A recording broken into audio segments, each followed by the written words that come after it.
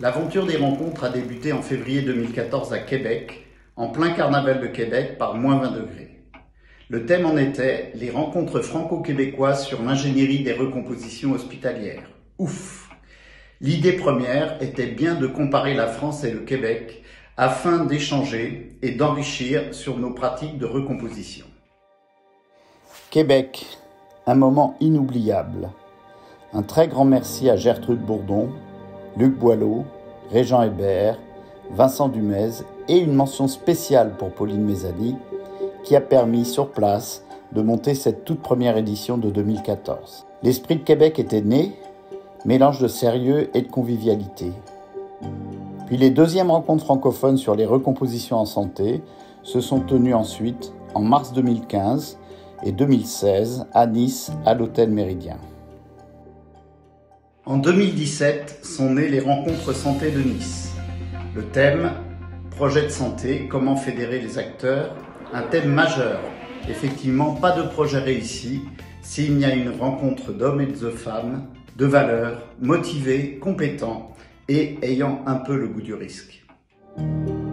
En 2018, le thème « Améliorer l'accès aux soins, quels outils ?» nous a fortement interpellés. Puis en 2019, nous avons réfléchi sur un thème qui nous touche tous de très près, santé des aînés, éthique et efficience. Puis l'épidémie de Covid nous a rattrapés et la 7e édition n'a donc eu lieu qu'en octobre 2021 sur le thème « Coopérer pour mieux soigner ». Un thème prémonitoire car nous avons pu observer l'importance de toutes les formes de coopération, notamment pendant cette pandémie. Entre États, entre chercheurs, entre médecins, entre élus, entre public et privé, entre la ville et l'hôpital, entre administrations et bien évidemment avec les patients. Le thème de cette année est « Système de santé, n'oublions pas l'humain ». N'oublions jamais que l'on soigne d'abord des êtres humains et qu'il faut donc une réelle vision holistique de la santé. D'abord, un grand merci à mes 10 compagnons de route, fidèles depuis le départ.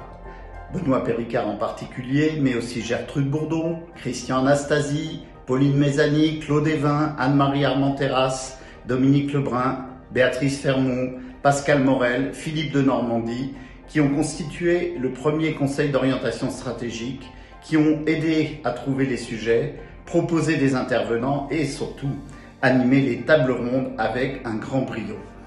Je veux remercier chaleureusement les 300 intervenants des 8 éditions, les 1200 participants, dont certains sont venus 2, 3, 4, 5 fois, une fidélité sans faille, avec un esprit club jamais démenti.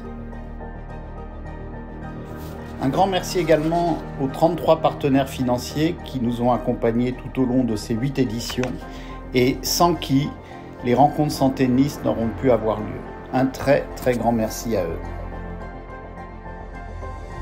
Merci également à tous les partenaires institutionnels, les fédérations qui non seulement nous ont accompagnés, sont venus intervenir sur les tables rondes et ont relayé l'information auprès de leurs adhérents. Un remerciement également aux partenaires presse qui ont relayé l'information dans leur support et à qui nous devons effectivement le succès de ces rencontres.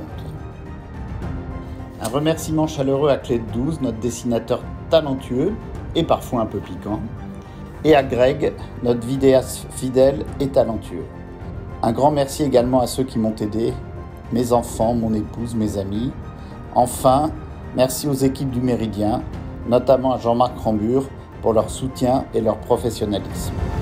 En mot de conclusion, j'espère que ces 8 éditions des rencontres auront modestement contribué à améliorer nos systèmes de santé et surtout la qualité des prises en charge à la fois des patients et des personnes accompagnées.